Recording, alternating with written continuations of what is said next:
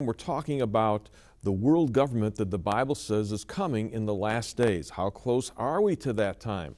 Do we see controls being put into place that will control the world economically? Well, you bet your boots they're starting to come into place right now.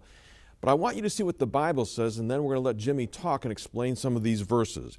In Revelation chapter 13, like Daniel was talking about, John reveals, and I saw a beast, a kingdom coming out of the sea. He had 10 horns and 7 heads, with 10 crowns on his horns, and on each head a blasphemous name. And the dragon, John says, gave the beast his power and his throne and great authority. And one of the heads of the beast seemed to have had a fatal wound, but the fatal wound had been healed. The whole world was astonished and followed the beast. Men worshiped the dragon because he had given authority to the beast. And they also worshiped the beast and asked, "Who is like the beast? Who can make war against him?"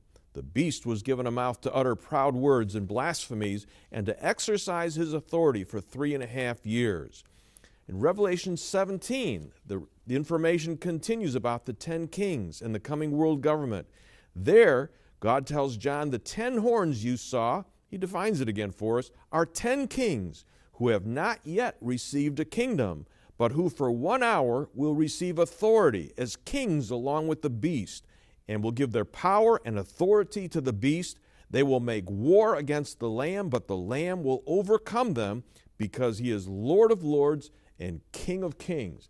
Now, Jimmy, a whole lot's going on here. Explain what we're hearing.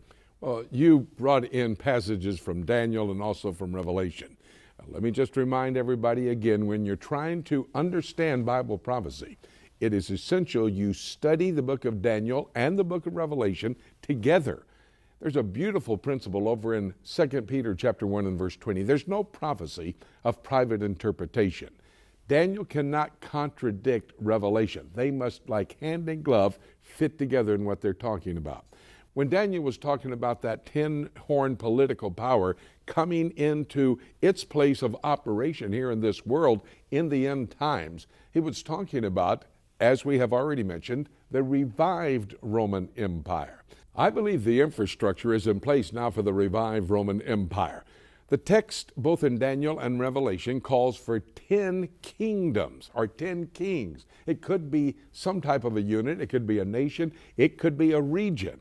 According to the Lisbon Treaty, which is the basic constitution for the European Union today, they're going to take those 27 member states and the 17 Mediterranean states, which will be integrated together here very soon in the future.